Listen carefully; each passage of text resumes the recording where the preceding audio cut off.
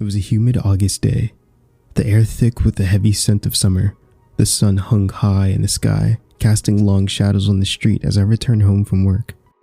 The city was unusually quiet, as if everyone had retreated from the heat.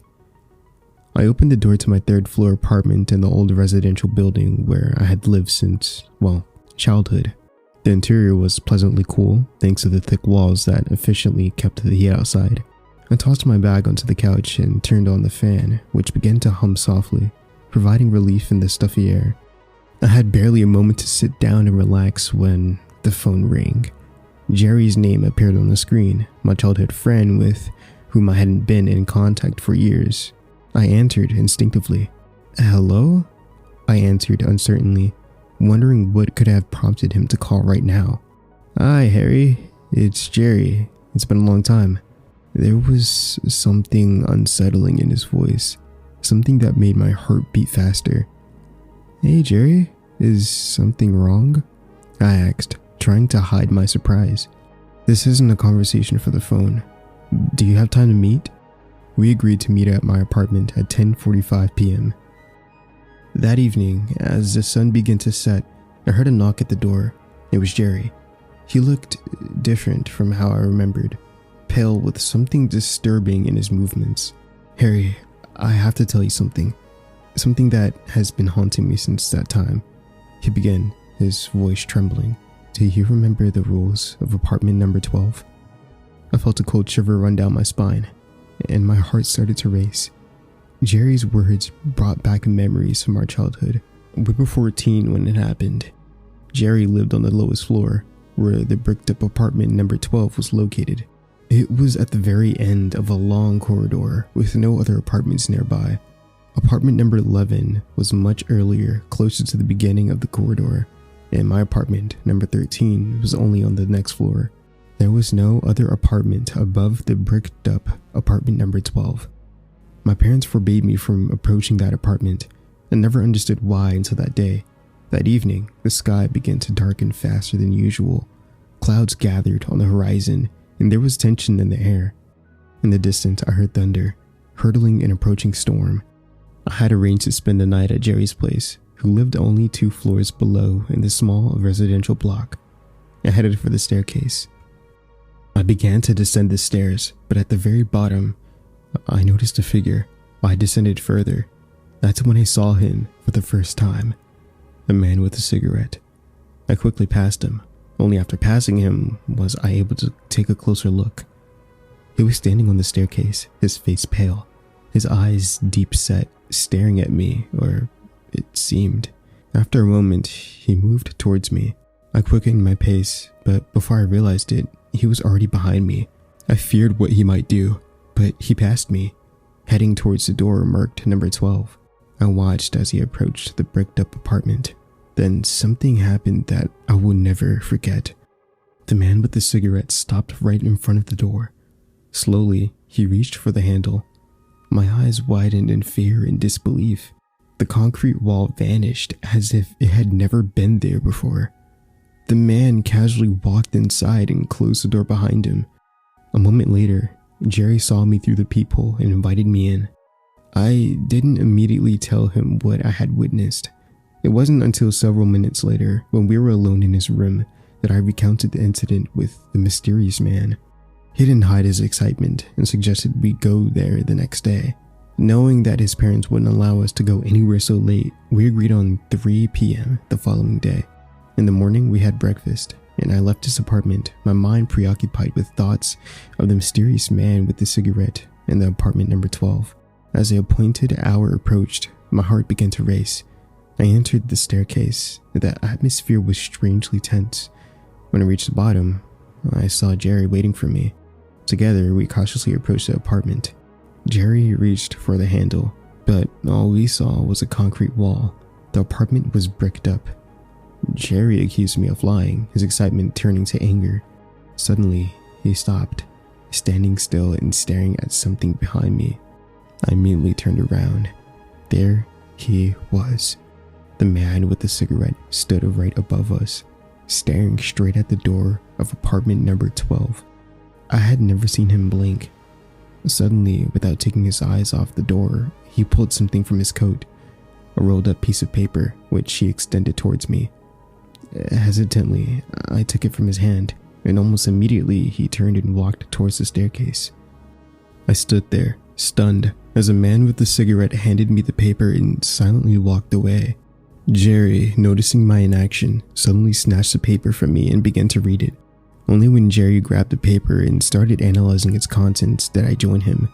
The contents were handwritten, but it was clear that it had been written in a hurry. The letters were uneven, sometimes crooked, as if the writer's hands were trembling, trying to keep up with their thoughts. Some words were barely legible, smudged by the quick movement of the pen. The content of the note read as follows: Rules of apartment number 12. Remember, before you decide to explore apartment number 12, think twice. Rule number 1. You can only enter the apartment between 11 p.m. and 3 a.m. This is the only known way to access this apartment. Rule number 2. When the clock strikes 3 a.m., you have 5 minutes to leave the apartment.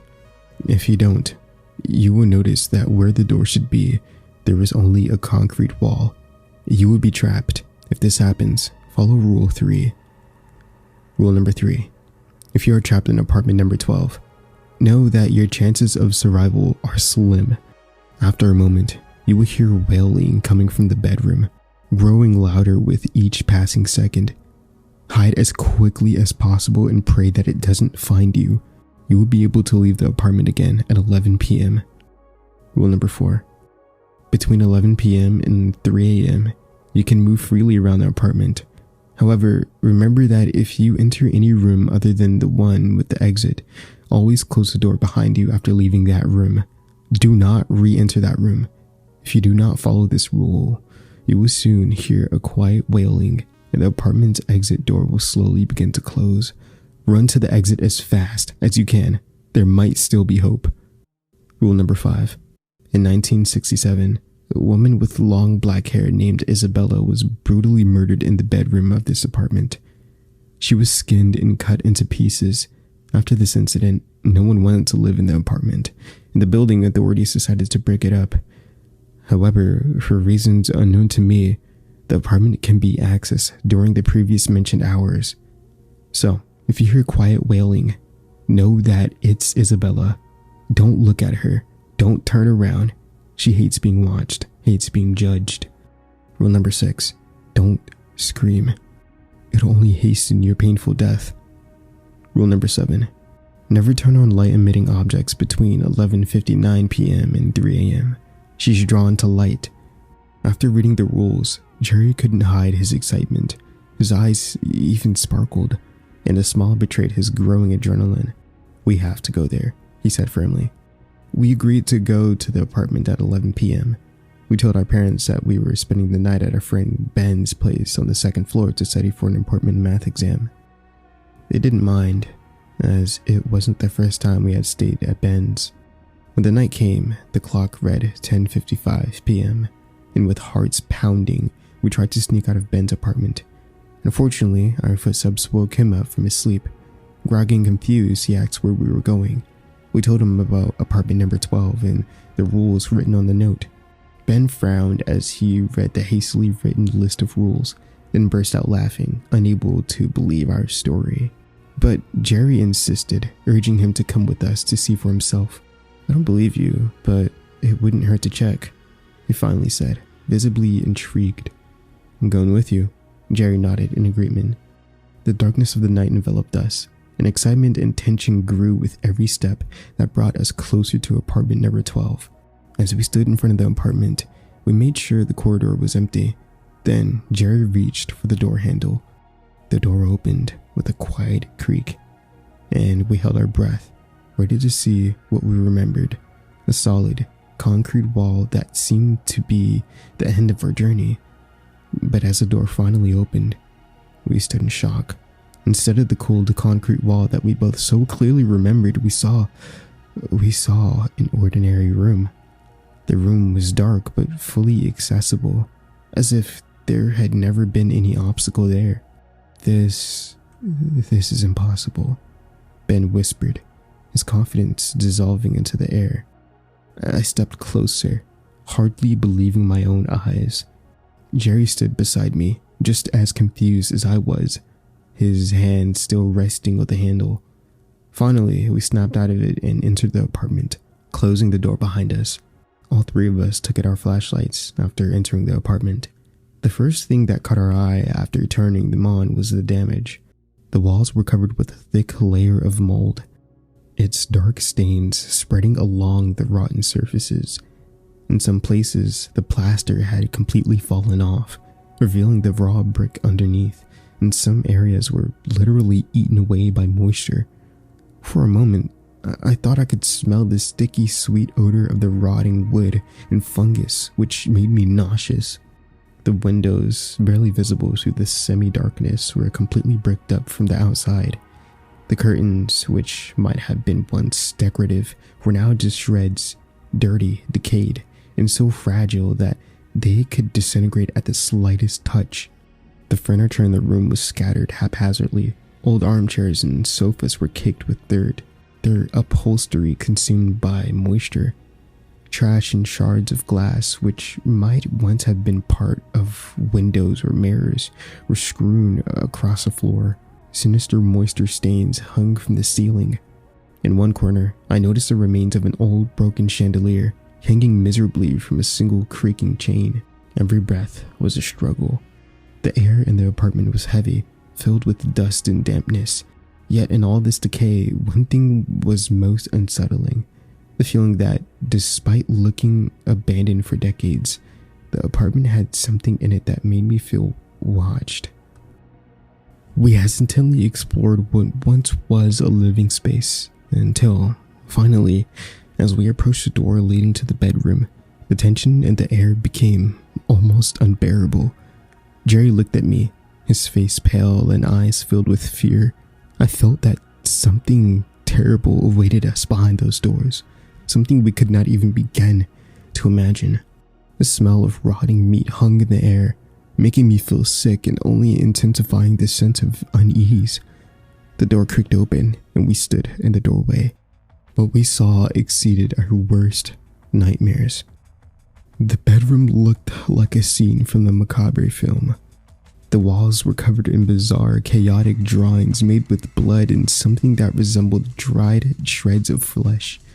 In the middle of the room stood an old, decaying bed, its mattress torn and soaked with blood, which had dried over time, forming dark, sticky stains. On the bed lay something we initially took for old, tattered rags. Only after a moment did we realize it was a person. The body was in a state of decomposition, barely holding together. It was scarred, and in some places its limbs were cut off. Its eyes, empty and lifeless, seemed to be staring straight at us. Then I realized who I was looking at. I was looking at Isabella. I ran out of the room as fast as I could. The sight of the decaying body made my heart pound wildly and my stomach churned. I felt an uncontrollable shiver run through my entire body. Jerry reacted second. He turned abruptly and, almost losing his balance, ran out of the bedroom. His breathing was ragged, his eyes wide with fear. Before we reached the front door, I felt I could no longer hold back my nausea. I stopped, doubled over, and vomited onto the floor. My body trembled. I also noticed that, for some inexplicable reason, the apartment door was open. Moments later, Ben ran out of the bedroom, asking what the hell that was. I didn't listen because I realized something that froze the blood in my veins. Ben hadn't closed the bedroom door behind him. Then I heard it, a faint, almost inaudible wail coming from inside the bedroom. The sound was like a moan, slow, full of suffering. Jerry and Ben lifted their heads and slowly looked towards the open bedroom door. I wanted to do the same, but I remembered the rules. The fifth rule. At that same moment, my friends turned their gaze towards the bed. The wailing grew louder, turning into a cry of despair. I felt pure survival instinct take over. I didn't wait a second longer. I ignored everything. I didn't care what Jerry and Ben were doing, or even if they were running after me. I thought of only one thing: run. I sprang to my feet, leaping over broken furniture and piles of trash. I ran blindly, barely noticing what was in front of me. My heart pounded like a hammer, and my head throbbed with adrenaline. Every step, every stumble in this abandoned, rotten apartment only spurred me to even greater effort. Suddenly, I noticed the door leading to the corridor slowly starting to close. My heart stopped. I knew that if those doors slammed shut, we would be trapped in this cursed apartment. The hopes of escape might disappear forever. Jerry ran beside me, his breathing heavy, his moments full of panic. My heart beat in quick, almost terrifying coordination. Just as the door slammed shut with a loud bang, Jerry and I were already in the corridor. We tumbled out of the apartment, falling to the ground, trying to catch our breath. With a mixture of terror and relief, I looked at Jerry. His face was pale, his eyes wide with fear. Suddenly, a cold shiver ran through me as I realized that Ben was still inside. I suddenly collapsed, struggling to stand, but my legs would no longer obey me. I fainted, collapsing onto the cold, dirty corridor floor. I swear, at the moment I fell, I saw him. A man with a cigarette stood at the end of the corridor, smiling at me mockingly. After these events, we decided to remain silent. It was a decision that came hard for us, but we considered it the only possible one. Ben's disappearance was reported, but he was never found. He vanished without a trace. But I still remember. I remember the mocking smile of the man with the cigarette. And that awful moan that haunts me in my nightmares to this day. And though years have passed, I still can't forget what happened to Ben. And I still feel the weight of the fact that he was never found. After Jerry and I finished school, our paths diverged, and I never saw my friend again. Until that evening. Do you remember that horrible evening? That night changed our entire lives. Especially mine when I looked into the bedroom that night. And I saw that. What did you see? I asked, worried. I saw Isabella. Her corpse slowly stood on what used to be legs, and she let out that moan. I saw her grab Ben by the ankles and slowly drag him into the bedroom. I heard his screams, and then the sound of bones breaking. I know that your nightmare probably ended that day, but mine only began. Since then, I hear her at night. I hear her whispers, and they're accompanied by the smell of rotting meat. I was probably the only person who didn't think he was crazy. I was there with him. I saw all those things, and I heard that awful moan. In 5 minutes, it'll be 11 p.m. I'm going to that apartment. I can't take it anymore. I have to end this. It dawned on me that I was most likely seeing Jerry for the last time. I watched as he slowly got up from the table and left the apartment.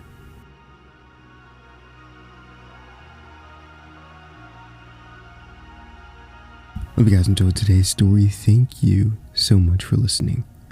A huge and special thanks to the Redditor u/relative tourist 7974 for granting me permission to narrate your awesome story. Thanks a ton, and always continue to write more. Now, once more, I hope you guys enjoyed today's story, and thank you so much for listening. Now, don't forget to sit back, relax, and indulge in fear.